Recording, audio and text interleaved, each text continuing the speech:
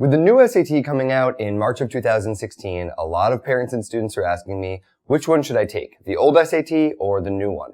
One of the things they don't realize is that this isn't just a decision between those two tests. You should actually be looking at the old SAT versus either the ACT or the new SAT.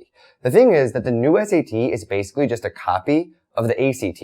It's just a little bit watered down. So imagine the ACT without a science section and with fewer problems per minute, and you basically have the SAT. So when it comes to the old SAT, you only want to take it under two conditions. One, if you have enough time to prepare. I always recommend really prepping over a light, long-term period of study. So rather than some ballistic prep schedule, if you can just do 20 to 40 minutes a day over the long term, you're going to do a lot better on your test, and it's going to be a lot less stressful, a lot easier. You're going to end up getting a higher score. So because your last chance to take the old SAT is in January, you really have to start immediately, and you're not going to have that much time. So the only time I'd recommend taking the old SAT at this point is under one condition, which is that you really, really prefer the style of the old SAT, and not only do you prefer the style, but you have enough time left based on your goals to get the points you need. So if you only need 150, 200 points on the old SAT, and you have 2-3 months to study, that's very doable. If you need 500 or 600 points on the old SAT, you just don't have enough time in the window left available to you. And with each passing day, that becomes more and more true.